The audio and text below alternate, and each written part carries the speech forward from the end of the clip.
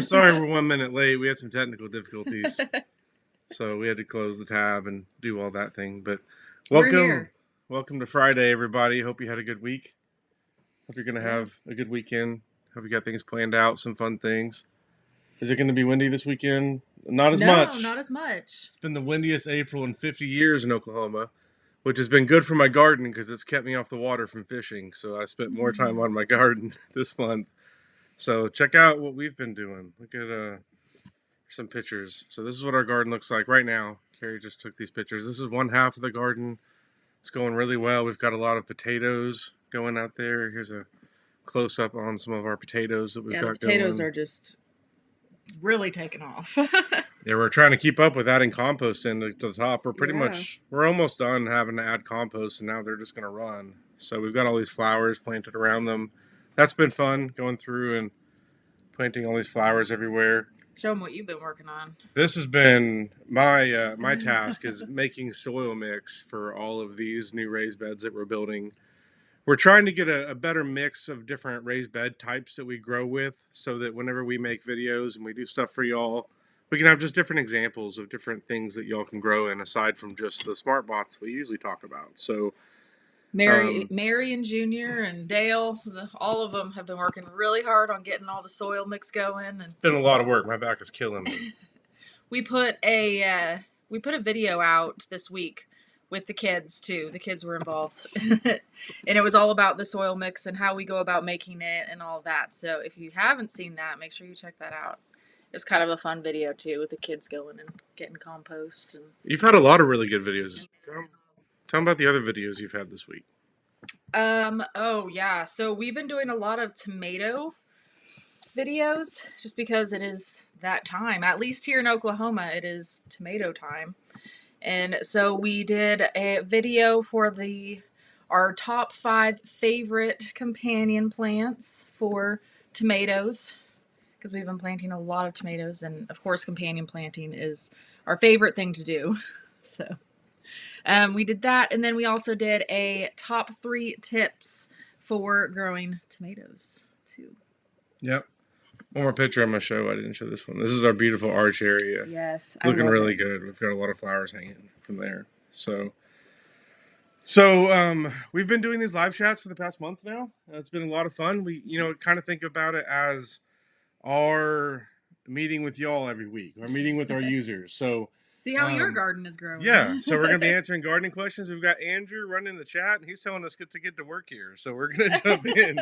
Do you ever cut okra back for a second crop? We don't normally have to cut it back for that. Okra's, like, here in Oklahoma, puts out okra a lot. We're going to get okra till we are tired of it. Literally, we get to the point where I just can't handle any more okra. And we just we let it go to seed at that point. Mm-hmm. So if you live in colder climates, I don't know, maybe it might be different, but here in Oklahoma, we don't really have to deal with any of that. So if you have any other questions, throw them in the chat. Andrew's going to be helping us out with keeping up, so I don't have to go through and try and scroll as we do that too. So trying to experiment to see how this goes. How often do we add compost to our potatoes? We are adding compost, and I'm not doing straight compost necessarily. I'm doing a mix of compost and peat moss or coconut coir.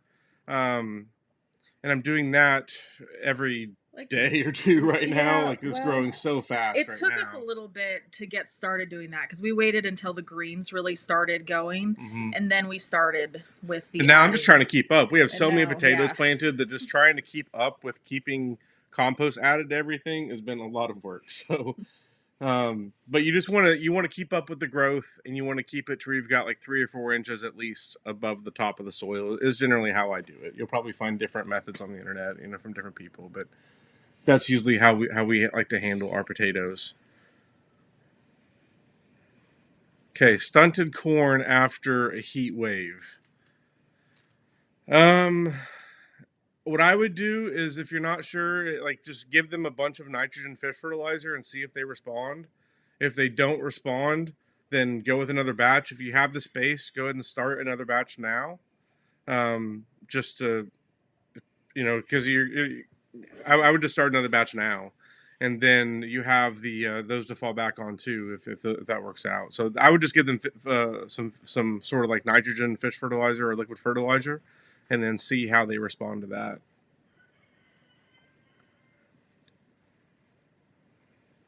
So, question about traveling away from the garden. Better to leave seedlings inside. Well, if your seedlings are hardened off and ready to go outside, I'd say that would be fine. Yeah, if you haven't hardened them off yet, then I would leave them inside. Mm-hmm. But I mean, now's depending on where you are. Now's probably the time to start thinking about getting things hardened off and getting things ready to be outside.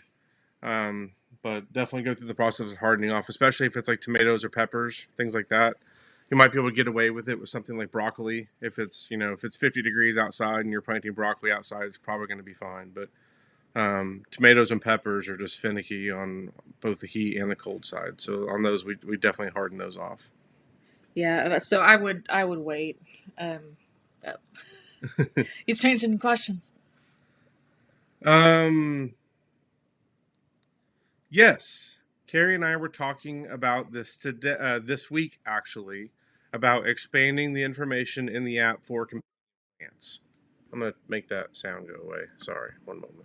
Carrie, you want to take over for a second?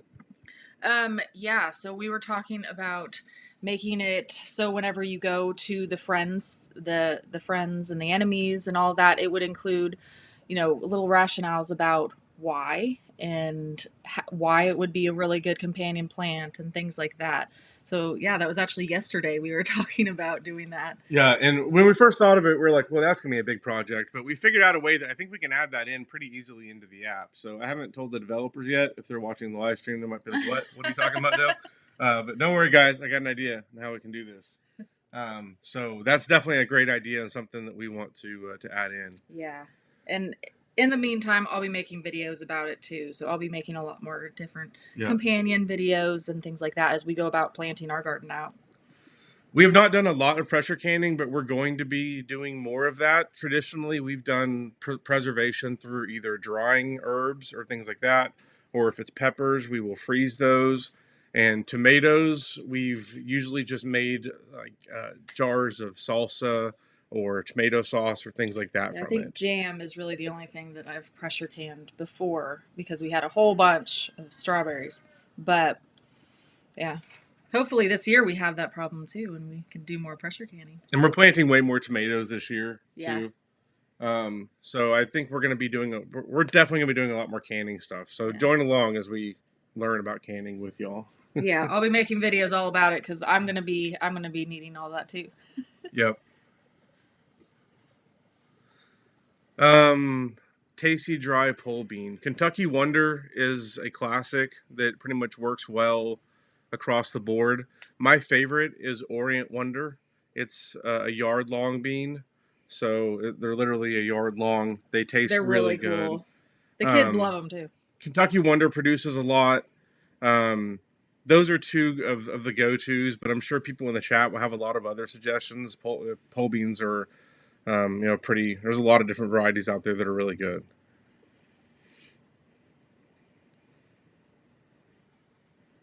What point do we stop covering Healing the Greens? So we grow potatoes in smart pots, and we stop covering them once we can't add any more soil into the smart pot. So once we've completely filled at the top, we stop at that point.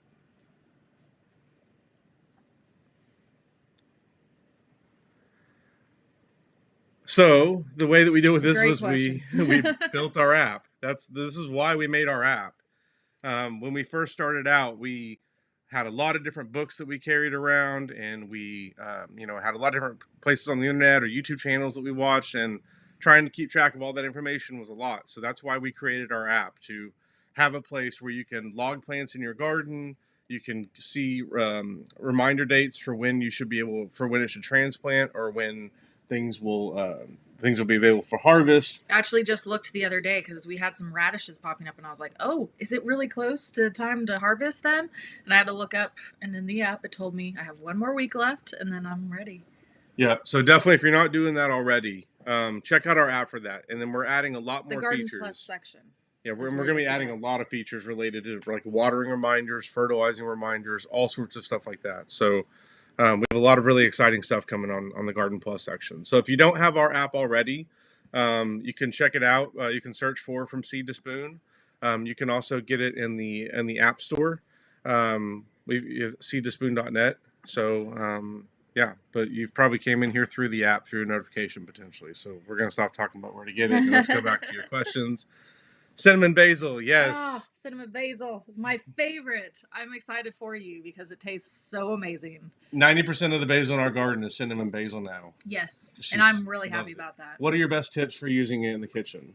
How do you like to use it my the favorite most? place to use cinnamon basil is when we saute together and roast sweet potatoes and carrots, and then we add some of the cinnamon basil. Oh, it tastes absolutely amazing. It's really good. It's good in the air fryer So too. good. We love our air fryer, so it's great in that also. And side tip for those of you who don't know, the cinnamon basil is on sale at Park Seed right now. Oh, look at you! I saw it the other day because when we were going through and ordering, I saw it. It was like there. $1.95 or something like that. I was like, we need a lot more packets of cinnamon basil. Awesome.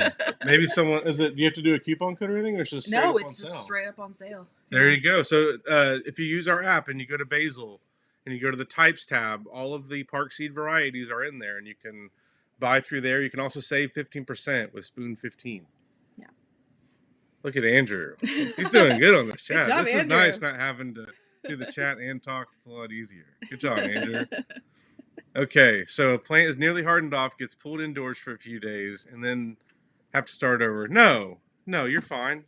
You've gotten it used to it. I mean, like our hardening off process usually lasts us about a week, and there might be 2 days of that they're still inside for a lot of the day because we're in Oklahoma and you get random 50-mile-an-hour wind days. Yeah, I had to do that a couple of days too when hardening off because I mean it happens to anybody. The temperatures either swing drastically one way or the other, or you have like really bad storms or something. There's things you can do to help too, like you can continue the hardening off process once it's outside technically.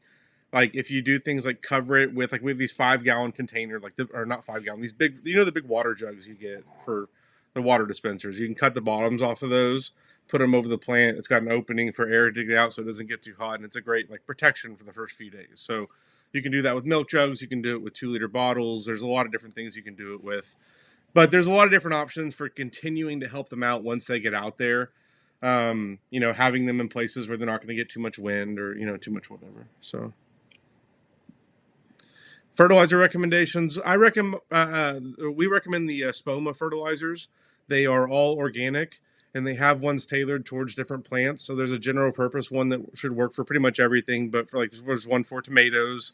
There's one for berry bushes and for things like that. So the Espoma fertilizers are really good. You can also make your own fertilizer if you like. I like to do things in bulk, and I'm a nerd. I like to nerd out on making my own. So we go to like organic stores and we buy giant bags of bone meal and dead fish and all sorts of stuff that we mix together. It's really gross, but he's not joking. He mixed it all in this huge barrel. Yeah, I smelled so bad that day. Yeah, I did like 3 showers. It was really gross. But it's great. We have hardly. But it's basically what Espoma does already, and they put it in a bag for you. So that's better for most people. But if you're a nerd like me, we should do a video on making our own, and we'll talk about how we do that. And it's basically we just copy what Espoma does. Yeah. That's literally all we do. How big does a container need to be for eggplant? Carrie, can you pull up the app and look at that? We have that as a field in the app. I think you could probably get away with like a 7-gallon for an eggplant, and it'd probably be fine. I mean, technically, you could probably do a 5-gallon if you really kept up with watering, but it's gonna be happiest in a 15. Like that'll be the happiest size for it. But you can get away with doing it in a smaller size. So that is a property that we have in the app for each plant. Is if you go into the details tab and scroll down, then it has container size. Here, we could, can you just pull it back up? We'll do the old school sharing our screen method. And typically, like the bigger the container, the easier it's going to be for you because you don't necessarily have to do quite as much watering and upkeep and things like that. Yeah, container size.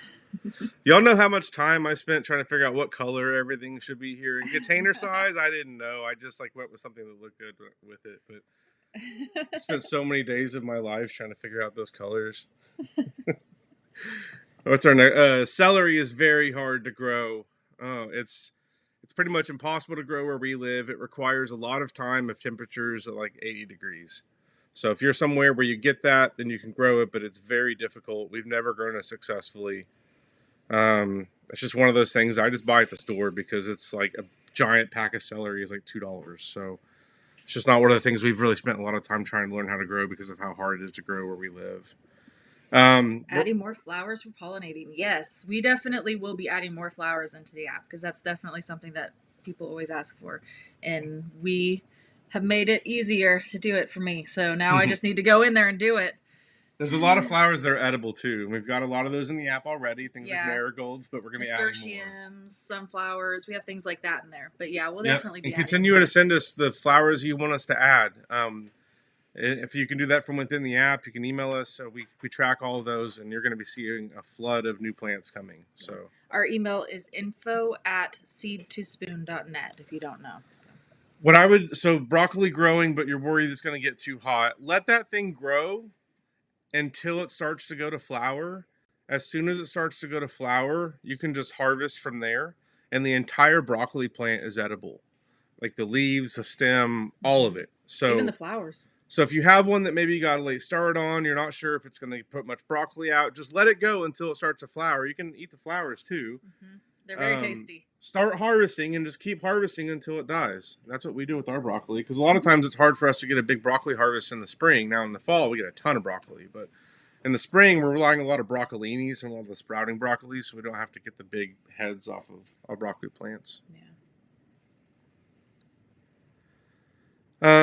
Harden off. Yes, we have a video that goes in detail about this that Carrie made just a couple weeks ago. So if you go to our channel, you can see it there. But we'll give you a brief kind of rundown now. And basically, what you do is you introduce plants to the outside slowly. Instead of taking your seedlings that you started indoors or plants that you bought at the nursery that have been in a greenhouse their whole life, instead of putting them directly outside, you expose them to the outside gradually. So you start by taking them outside for just a few hours, and then you add on the amount of time you expose. You gradually expose them to things like wind and rain and cold and heat and all the different things they're going to be facing when they get out there. And then after about a week or two, that plant's going to be ready, and you're going to have a lot more success in growing, especially tomatoes and peppers, if you make sure you do that. So check out Carrie's video. She did a great job explaining all of that and showing in detail. We took you along for the ride as we hardened off some of ours. She showed all the whole step, so the whole process. So check that out.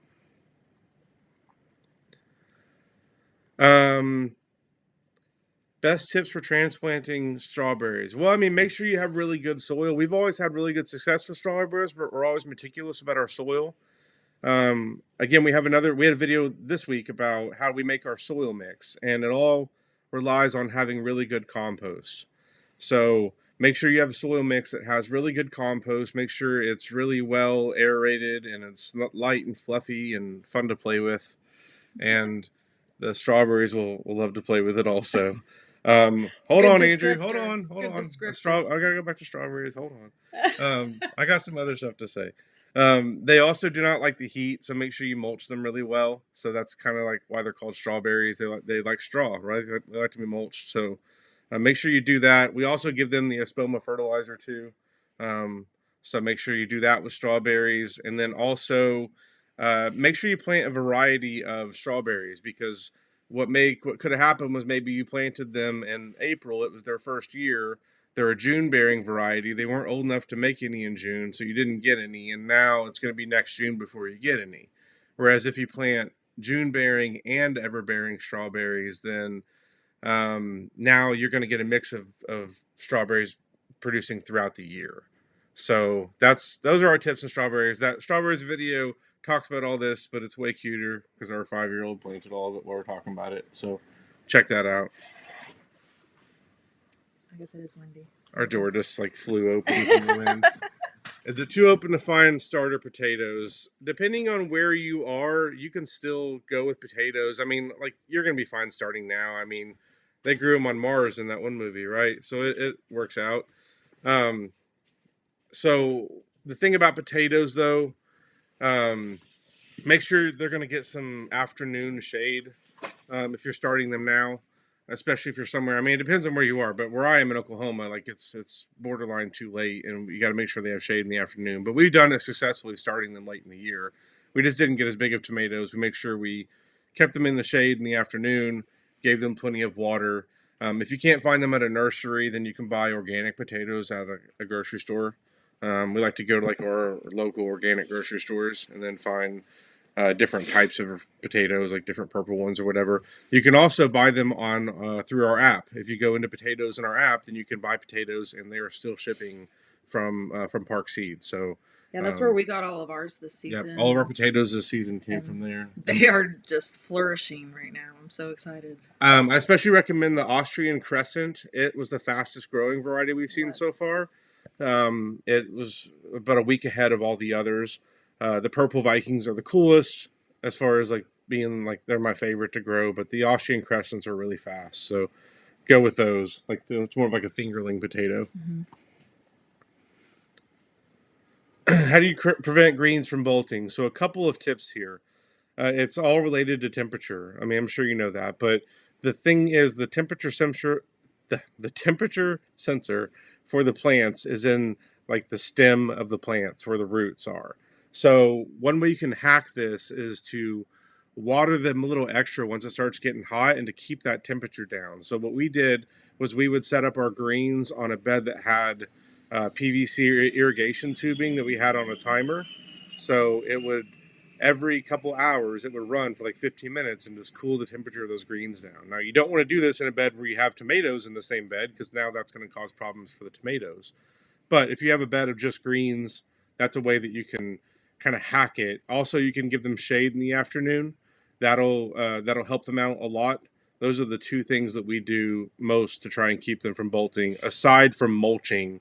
Mulching can be a pain with greens though, because the way that we plant greens is like super dense. They're almost like their own mulch because there is no soil. You can see they're planted so dense. So, and then when you go to harvest, you get wood chips in the way, and you eat a wood chip in your salad. It ruins the salad. It's gross. So we also do a lot of like living shade walls and things like that, like using other plants to give some shade in the afternoon, and shade cloth if we don't have plants that large yet. And a lot of containers that we'll move inside. We'll also do more microgreens in the summer so that we can supplement greens in the summer and still get some just by growing indoors or growing in a smart pot that we move in and out. Every single night we have a process that runs that gets any new seed that Park Seed has added to their database and adds it into our app. So probably, but I have not checked to see. I'd say as long as they are in our app, because we don't necessarily have all the flowers. Yes, yeah. And things like that. True, yeah. But so as we add more of our plants, it will be automatically generating those seeds too. Yep. And and also like we give them feedback too based on what type of seeds y'all are looking for. So if there's seeds that y'all search for and you say like I want this, then we give that feedback over to Park Seed. So and they use that to help determine what kind of seeds they're going to source and things like that too. So it's pretty cool. Y'all have influence on like what kind of seeds that you give access to buy. So let them know what seeds you want to see, what kind of products you want to see. They've been really cool in like asking for our feedback on that kind of stuff. And they added smart pots into their store within a few days of us joining the company and the seeding square. And they've been really cool about all that. So if there are things like that, let us know and let Park Seed know because they want your feedback on that type of thing. They've been really awesome about that. Zone information. So the reason why we do not have information about zones in our app is because we feel like we take it. So zones can be confusing for a lot of people that start out. That's one of the things that confuses people when they start. And we wanted our app to be easy for beginners and to make it where you don't have to think about zone. So what we do is we have a database of all the national weather stations throughout the U.S. and we have a record of their freeze data for the past 100 years. And we use that to calculate what the probability is of your first and your last freeze and then decide planting dates based off of that. So you don't really have to know zone information unless you're dealing with something where it's like maybe it's an avocado tree that's perennial up until zone 5. And that is where we need to add additional features. So I've been thinking about how we can do that. I think it's something we can definitely do. I think we cover the most needed aspects of zone with planting dates through what we already do, but I think when it comes to hardiness we can do better with helping with that with zone. Right now we have a hardiness where it says whether or not it survives a hard frost or a light frost, and that kind of handles that, but I think we can hook into it and do better. We talked to Park Seed this week actually about using some of their technology that they have to help us know what zone people are in, because we don't have that data right now. But they have some capabilities that we're going to leverage, which is one of the cool things about our partnership is we get to do things like that. So be looking for something related to this coming at some point. We have a lot of other really cool ideas we're doing with Garden Plus we're going to be doing first. But as we add features over the summer and you continue to see updates every month, this is something that we'll be looking at adding as well. Kale overwintered and now it's bolting. Yep, kale will bolt faster when it overwinters.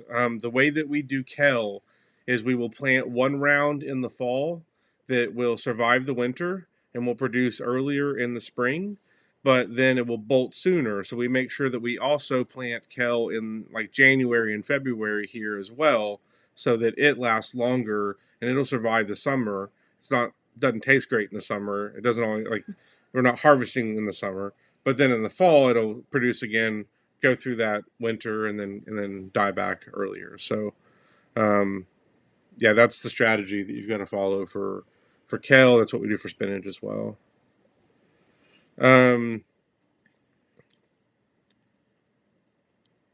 Honeycomb tomatoes. I don't know if those are determinate or indeterminate. I'm not familiar with that variety. If it's determinate, I think you could pull it off if they were just inside of a like a smart pot or a container, and then you have like a cage that you moved around. You could totally pull it off. If it's indeterminate, then I have really bad news for you. I don't think you're gonna be able to pull that off because those things grow like crazy. It's gonna be hard to keep up with it, but hopefully that answers the question, Carrie. Lettuce turning yellow in the outer leaves. There's two reasons for this probably. One is overwatering, or two is lack of nitrogen. If the lettuce is only a week old, it shouldn't be screaming for nitrogen that bad yet. Like, it shouldn't be turning yellow at a week. That tells me it's more than likely overwatering, where it's not able to uptake nitrogen because of too much water.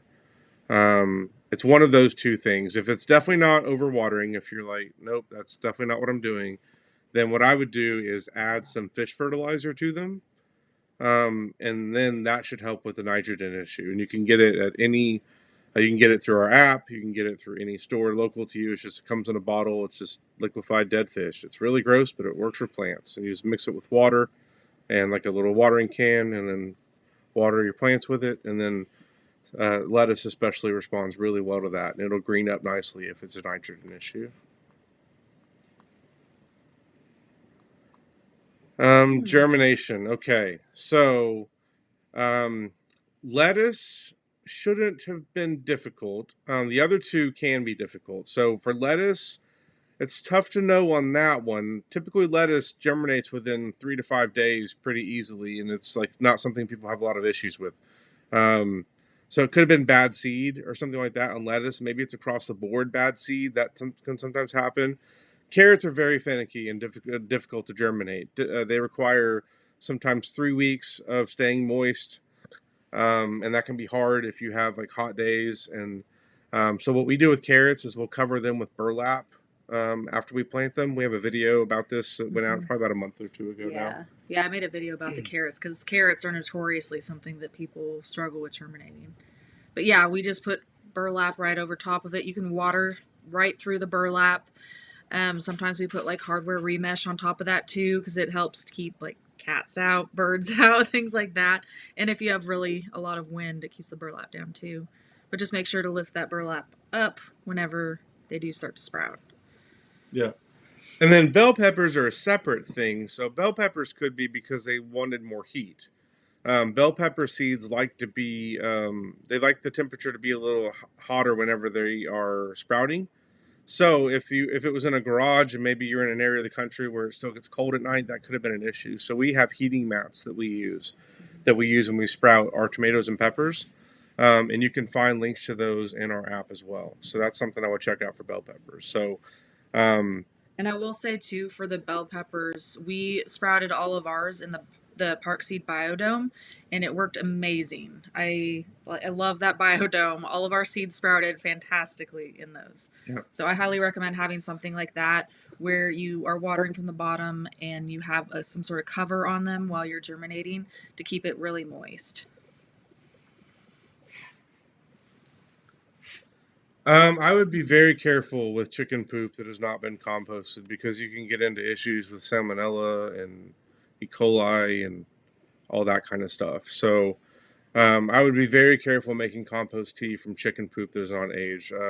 With rabbit poop, I'd be fine with it. With goat poop, I'd be fine with it. With any like herbivore, I'd be fine with it. Except for, I mean, chickens are eating anything. So and they harbor a lot of bacteria and things like that. So um, I would be careful with that. And then the best thing to make compost tea from is going to be worm castings. So what we've done in the past is we've taken, for example, you can take a 5 gallon bucket, you can fill it up with water, you can do about a cup or two of worm castings, add that into the water, and then to make it better, you can add an air pump with like an aeration, like a fish tank basically, and then add a little bit of molasses, and all that kind of soaks together over about 3 to 5 days, and that's how you can make like a really cool really good worm tea. We've done that in the past, but we don't really do that as much anymore. We found that you just using compost and then letting it rain or watering our garden works just as well. So we don't do as many of the teas as we did when we first got started.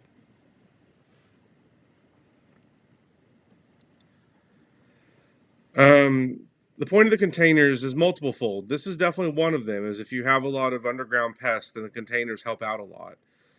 For us, the main point of growing in the smart pot containers, well, number one is we get a lot of random floods, and even raised beds have a hard time keeping up with the water sometimes. So, growing in the ground is really not a good option where we are because when we get these floods, you're going to get your crops washed out. So, the smart pots make it to where no matter how much it rains, I mean, we've had Yeah. epic floods here, and no matter how much it rains, they handle it. So, Yeah, last year it was really bad for a lot of the farmers. They got like everything washed out, and we were super lucky because we had everything planted in our smart pots.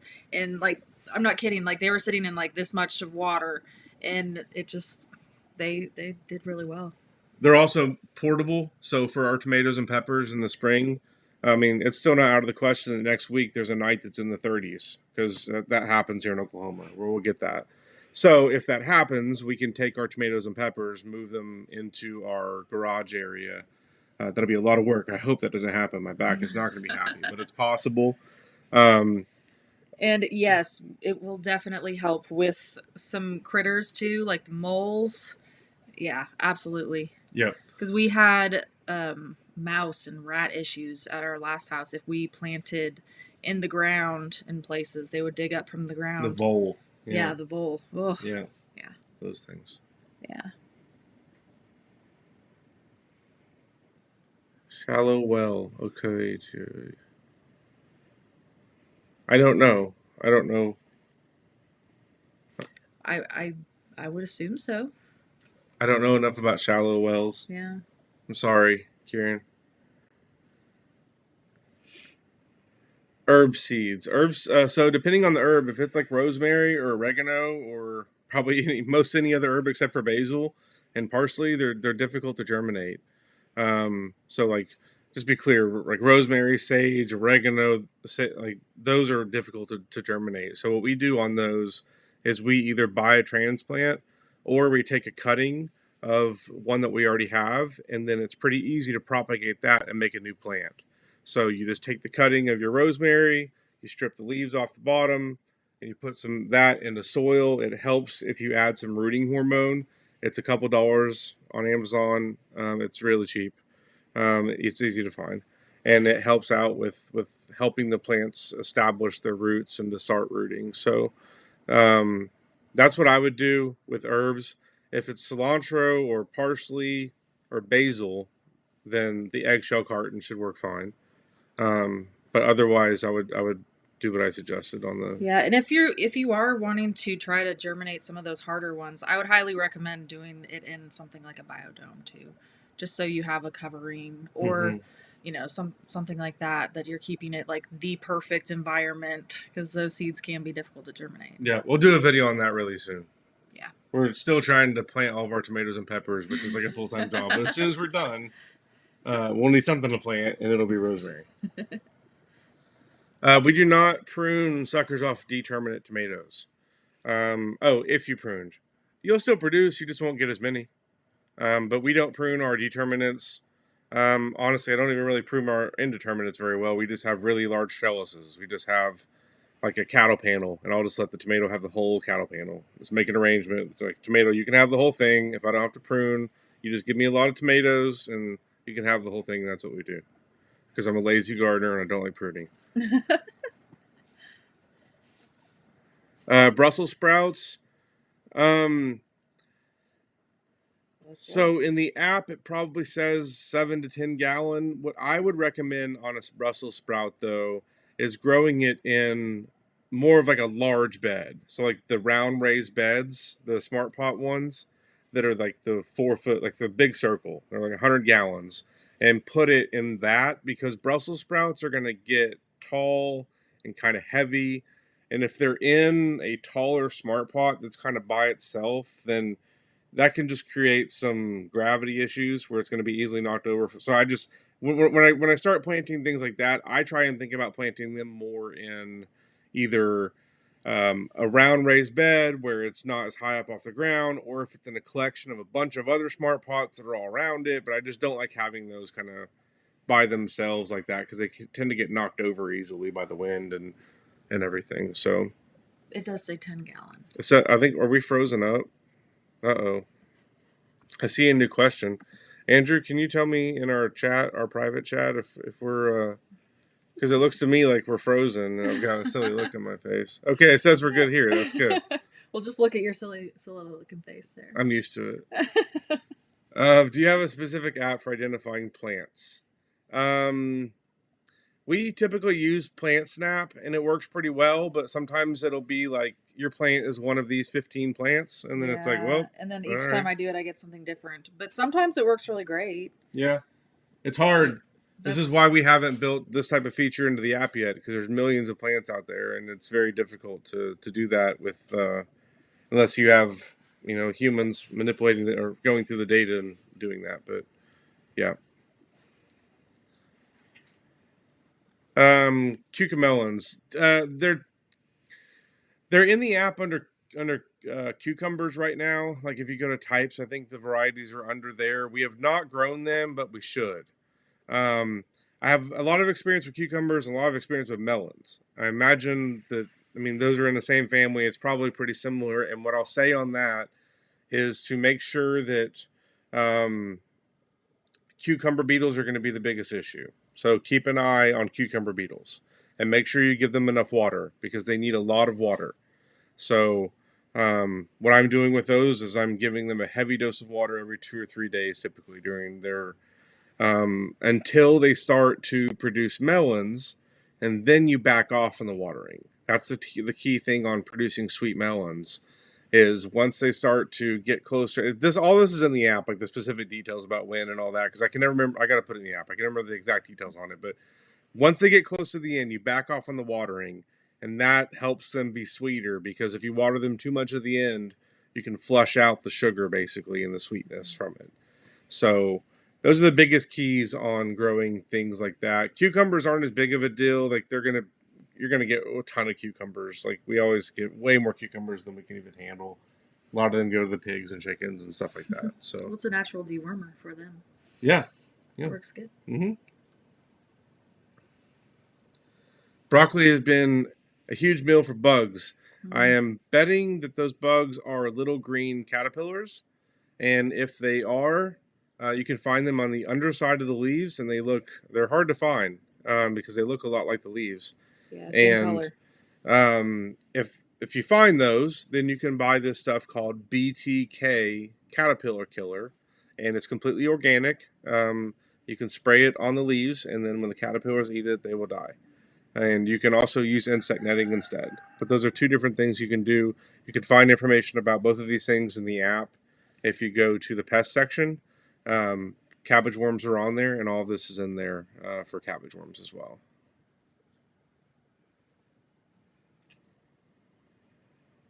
The centipede. Yeah, I've We never don't. had issues with centipedes here. Yeah, and centipedes are hunters, so they're not going to be affecting your plants. They're just going to be hunting other bugs. So I think I would consider those beneficials if you don't step on them. Yeah, don't do that. Yeah, millipedes are decomposers, so they're not bad either. So yeah, I treat them. I treat them well. I guess I look for them.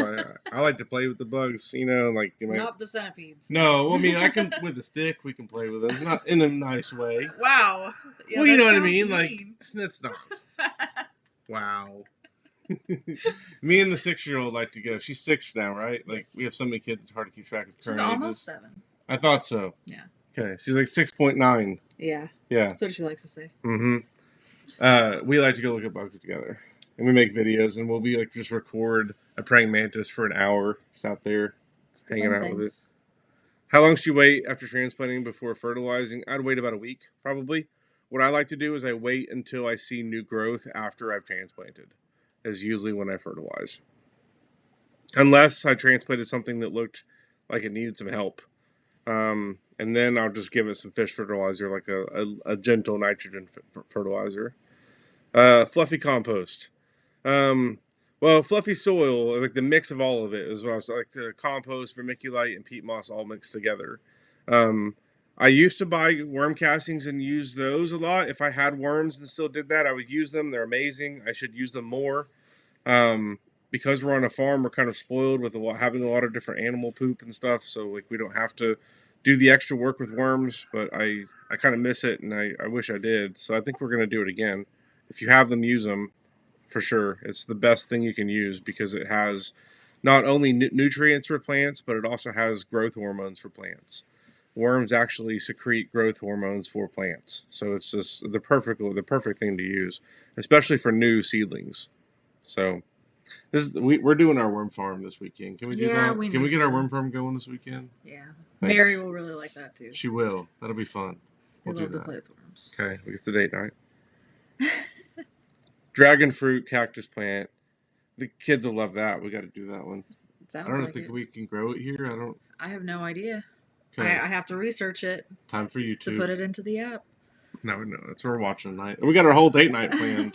We can build our worm farm. We can research dragon fruit. We got it all figured out. We are in central Oklahoma, in Oklahoma City.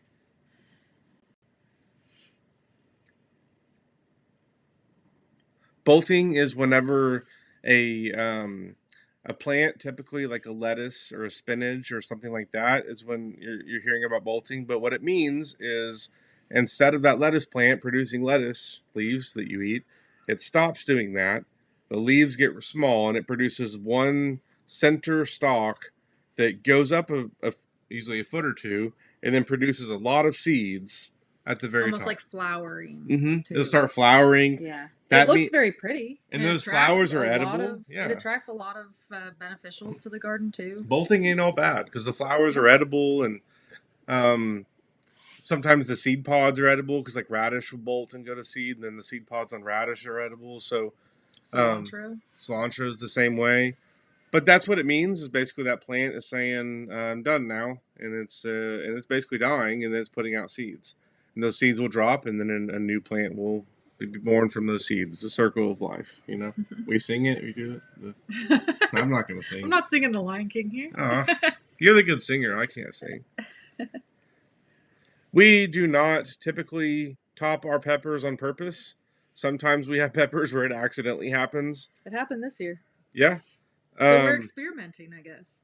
I need to do more experimentation on whether or not it's worth it. I mean, but here's the thing with our peppers is we probably have 40 pepper plants out in our garden right now.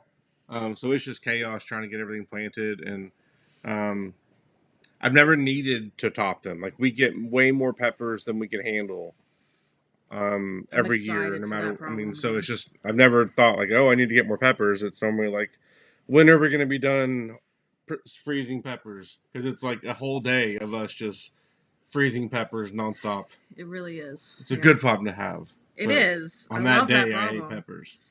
Yeah.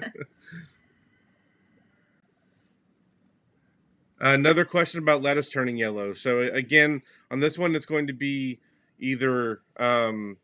I think that we did answer. I think it was Kelly. I answered earlier. Andrew. Oh. Um, I have not heard about that, but that sounds really cool. I want to try those. We need to get some of these. Huckleberry Gold. Yeah. Isn't one of our tomato? We have a Huckleberry something. Do we just have a Huckleberry? I don't know. There's a Huckleberry and it's not Finn. I know that. I think we just have a Okay. huckleberry. We have a lot of different ones. Very late frost material. Two different materials we use. One is the lightweight insect netting type material, and then also we'll use like the 4 mil plastic sheeting. We've used both of those.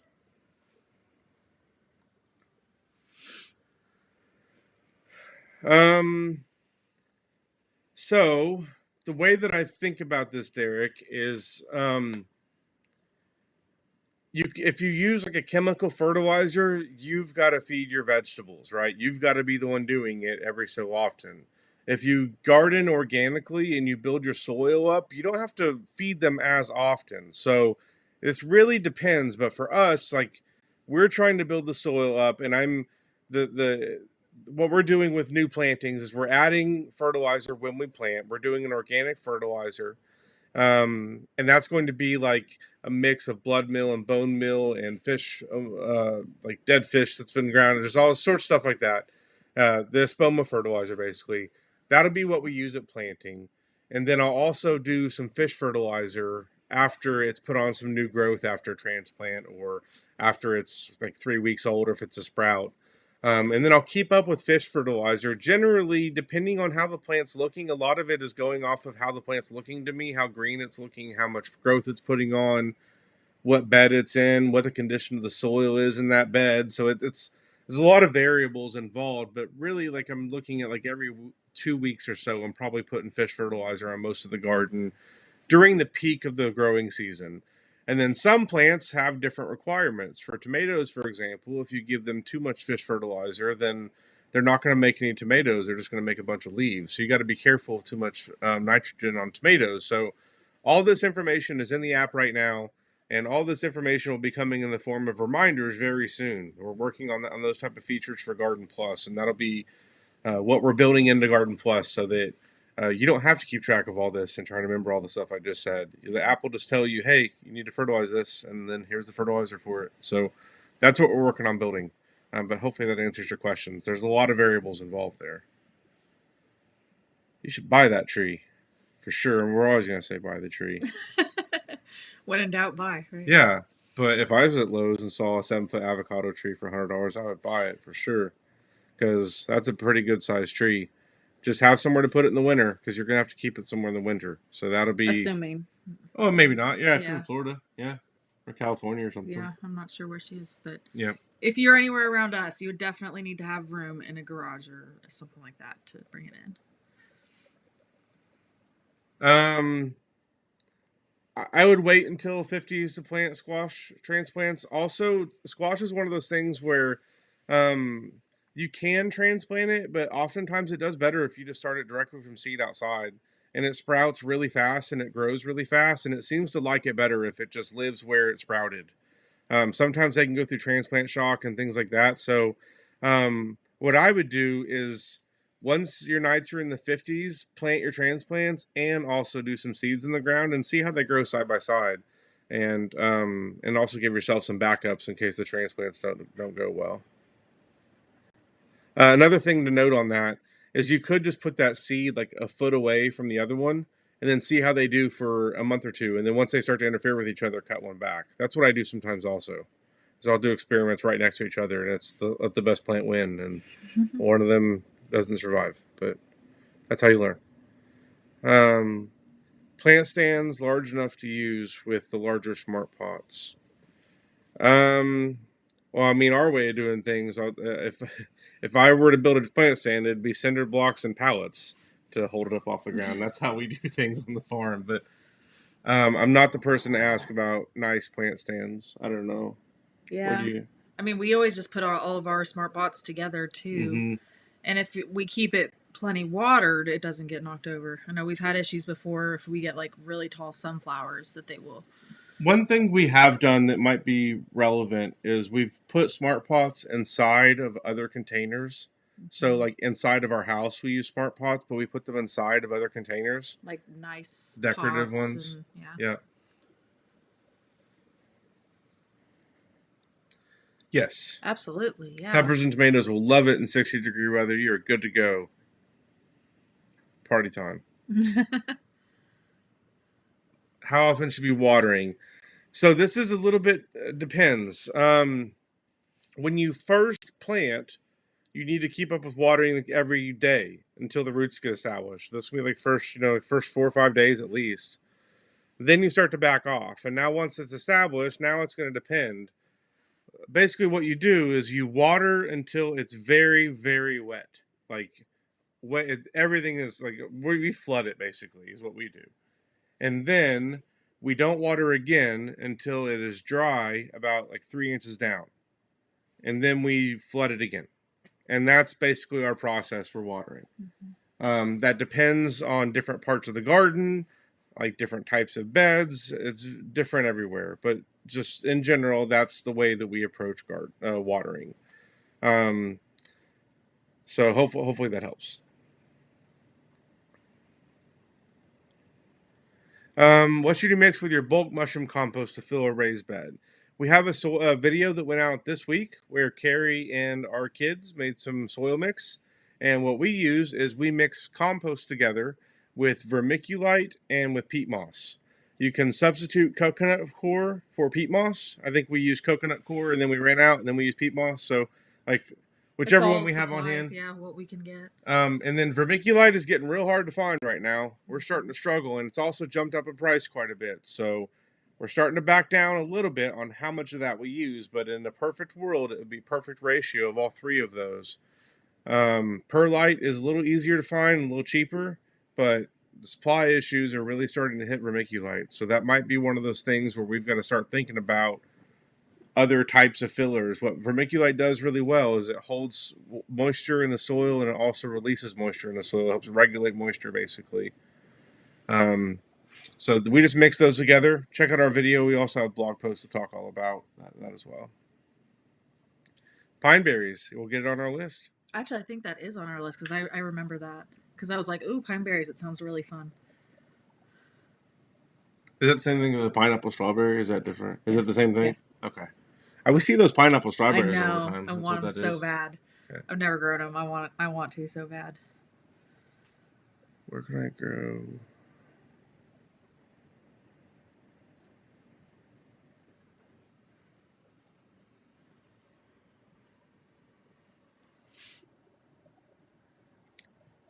Well, Um, there is a can be planted section in the app. And if you're not currently there yet, if you just want to live there, you can pull up.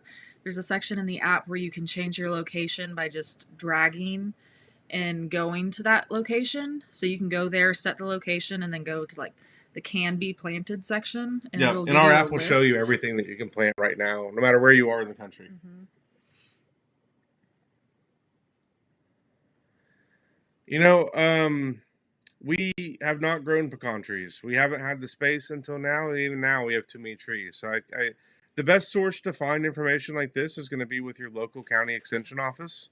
They're going to have really good information about specific varieties of trees that do well in your area. Trees are very dependent on area, so it would be really hard for me to give any type of recommendation on trees for that.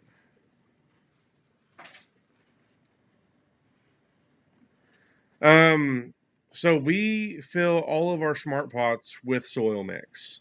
Um, Now we have one smart pot that is like 300 gallons or it's giant. And when we first got it, I filled the bottom half with compost and then the top half. But I always want the top foot of soil to be soil mix, and all of our smart pots are less than a foot right now.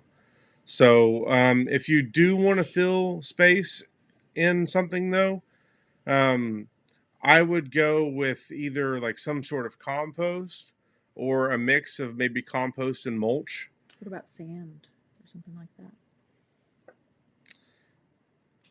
Sand would probably be okay. It would help. It would be good for drainage. Um, I think you would definitely. The problem I would see with having sand below a raised bed is it would be easy for nutrients to like leach away Yeah, because that there's makes no sense. clay to hold on to them. You know. Mm-hmm. But I mean, if you have to have a filler and you can get sand cheap, then you just might have to add more nitrogen because nitrogen is the nutrient that's water soluble and it's the one getting washed away the most. The other ones are pretty much once they're there, they're there.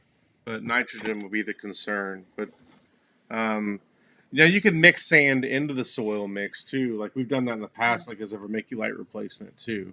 So sand isn't a bad thing, but That's why I thought of it, because I know we've used it in the past in yeah. our soil mix. The good thing about the wood chips, though, is that it's kind of like this gardening concept, hugelkultur, that we've talked about, the Yeah. German one, where you use water or you use wood to absorb water and then it releases it slowly. So if you had a bunch of wood chips below the soil mix, then those wood chips would absorb water and then it would kind of release water. It would just help with water retention. So that's why I went with wood chips over sand and Yep. that.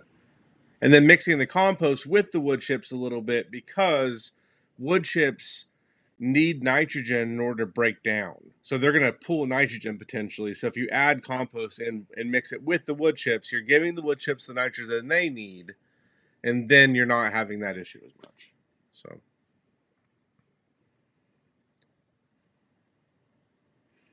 Cause for leeches.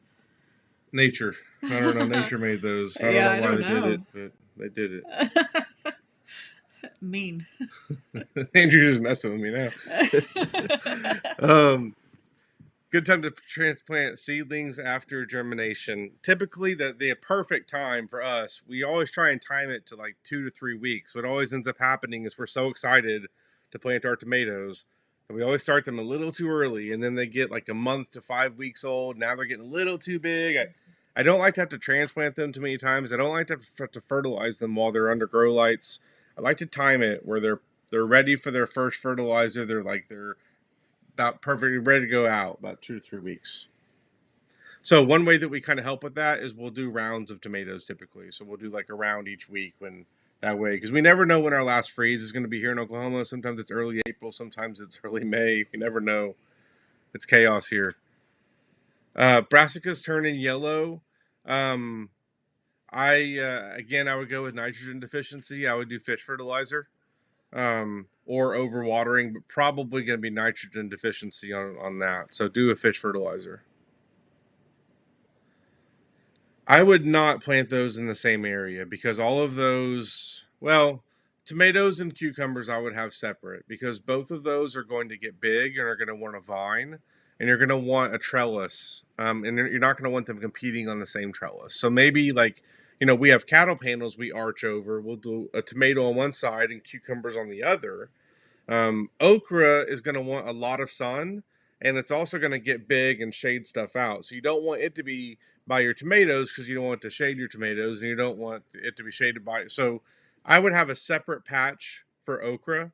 And if I were you, I would have like a trellis you can do for tomatoes and cucumbers and have those in their area and then have a patch of okra. And if you want to do something with it, you could do something like maybe a bush bean or something like a pole bean or something that can grow like up the okra, or you could do some sort of winter squash that will grow like down around the okra, almost like a Three Sisters garden. We've done things like that in the past with okra. Typically, we're just planting a big patch of okra and it's just kind of growing really well by itself. It doesn't have a lot of pests. It typically is just producing a lot for us. That's what I would do with those plants. Um, Compost tea with eggshells. I don't think you would get a ton of benefit out of that because the benefit of eggshells is the calcium, and I don't know if you're gonna get that calcium out of the eggshells through like I just don't think it'd be worth the effort. If you're gonna do a compost tea, I would do worm castings because that's gonna be the premium ingredient to use for that, if you will. Eggshells are gonna be great to throw in your compost though, or I mean to crush up and throw out in your garden. That's all fine. That works great. But if you're gonna go through the trouble of making compost tea, I would do it with compost or with worm castings. I don't know anything about that. Um, if it's based on organic principles and it's using, I mean, what I would just do is look at the ingredient list. That's what I do when I look at things. I look at what the ingredients are using. If it's bone meal or blood meal, if it's fish, where it's sourced, all those type of things. Vole issues. Voles are difficult. Um, a covered deck, deep horizontal planters, or half day sun. Okay, so the question here is, which of these things can handle half day sun? I think you should be able to pull that off. Basil might be the one that struggles the most. It likes sun, but the rest of those I think will do fine. Especially mint. We've grown mint in almost full shade before. Yeah, may not get as many lavender flowers, but I think you'll have success. Just put the basil in the sunniest spot. That'll be the one that struggles the most. Cut down a tree? Yes, that'd be great as long as it wasn't a walnut tree. Um, walnut, right? Mm-hmm. Yeah, black Yeah. walnut. Yeah. Those are the ones that are make it to where other things around them don't grow. So, but that would be great. That's what we're doing a lot of the time. Is uh, there's a service called chipdrop.com, where arborists that cut down trees will mulch it and then bring it and dump it on your property. And that's how we get a lot of wood chips. So definitely recommend that. Probably gonna be too. I don't know what zone you're in Massachusetts. I think earlier someone in Massachusetts said they were the six. I think It's it's probably gonna be too late for Brussels sprout. I don't know. I don't know how. our Brussels are. Does it get hot in big. Massachusetts? I've never been to Massachusetts. It does. It does get hot there. I See, I lived- think it's up north. I was It's there as a like- kid. I remember because I have family that lives there. But I'm not real I traveled remember, though. I'm I remember sorry. it being really hot when I I haven't went. been in the Northeast much. So But probably gonna be a little late because our Brussels are pretty big right now. yeah, the app will tell you though. If you go in the app, it'll tell you exact dates. And Brussels are not one of those things that I would gamble with. If you want to gamble with a brassica, do like a broccolini because then in 45 days you can harvest that and you can get a harvest off of it. And you can at least eat the leaves if nothing else too. Yeah. A 10-year-old peach tree. That's cool. That is awesome. Hold on.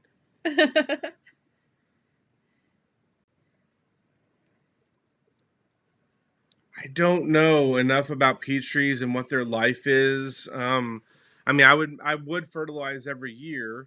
I would also at some point like probably check like what's the soil like around that tree? Like, is it compact around there? Would the tree benefit from aerating the soil around there? Of like are those are type of things I would be thinking about.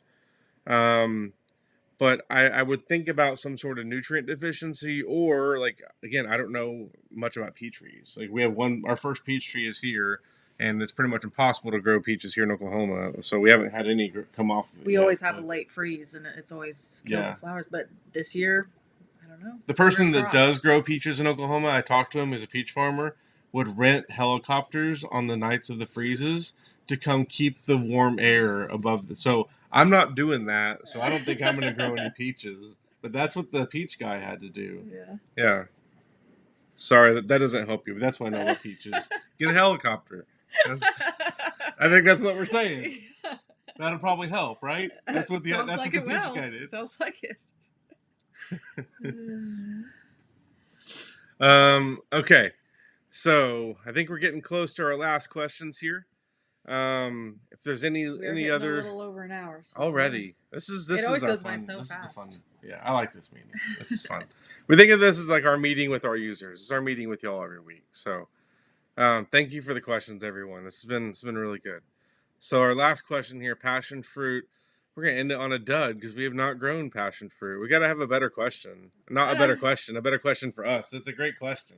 It is a great question that I wish that we could know more about. Yeah. I want to grow passion fruit too. There's so many things that I want to grow that I.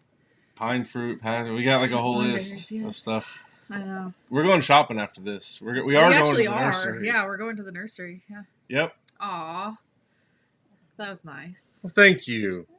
Thank you. Aw. Now Angie's gonna pop up the nice stuff. But seriously, y'all are so nice. I gotta say that. Mm-hmm. You guys make it a lot of fun. Yes. We would not be doing these live streams if y'all were mean to us. I wouldn't be doing it. I don't have the heart for it. All right, so don't forget, it is the end of the month. Oh, yes. For every video that you comment on YouTube, you are entered to win one of these things. This is a seating square, and if you're OCD at all, you're going to love this. Because it makes your garden look super organized, super pretty. Yes, and it makes it way easier if you have kids. It's what we use for planting. If you go to the app and you go to like basil, for example, you will see number per square. I believe it's 4 for basil. Oh, probably going to quote it wrong but spinach is 9. So let's pretend as I said spinach. I know spinach is 9. So for 9, it's spinach. And you're going to put a seed in every hole that is white that matches up with that 9. So you're entered to win one of these by commenting on any single video from the month of April on our YouTube channel. We've got a lot of them you should check out. Mm-hmm. Carrie does an awesome job making these videos, showing y'all how to grow food, showing you what's going on in our garden, and answering your questions. So that contest will be going through the end of this month, so a couple more days left, and then I will announce the winner on the 1st of the month, which is going to be a Sunday. So I'll be announcing it on Sunday. Yep. All right. Well, it's been fun. If you have questions, feel free to drop in the comments and leave them after too. So even if we can't answer directly in the comments, we typically like have them that we make videos about, or we answer in these type of videos. Like we will see them. So, let us know your comments and we'll get them answered. So, we've been frozen on our screen with the same stupid look I have on my face for like an hour, it seems. So I'm going to close this so I don't have to look at that anymore. It's entertaining for me, at least. Except I'm giving you a weird look, too, though. Probably because you're giving a weird look. I don't know. They can't even see what we're talking about. I wish you guys could, because it's pretty funny. All right. Well, thanks, y'all. We hope you have a good weekend. Tomorrow, too, we are doing a live stream. We're doing a class in Oklahoma City. If you're in Oklahoma City, please come out to Scissortail Park in the morning at 10 a.m. We are doing a giveaway where we are talking about 10 different plants that you can grow right now and why you should grow them. And for each plant, we're going to be showing it, demonstrating it, walking it down the runway a little bit, and then giving it out to a winner. So it's already going to be planted and ready to go in a smart pot? Yeah, all ready to go. So come out and join us at Scissortail Park tomorrow at 10 a.m. We're also going to be live streaming it. You cannot win a plant from the live stream, unfortunately. I'm sorry, but you can hang out with us at least. So we tried to do this a few weeks ago. We got out there, and it was 20 degrees colder than forecasted and like 20 miles an hour wind. Yeah. So it's probably still going to be windy, but it's at least going to be warm tomorrow. So we will be out there tomorrow, and hopefully we'll see y'all out there. So good to see y'all again, and we'll see y'all next week. Thank you guys for coming. Bye. Bye.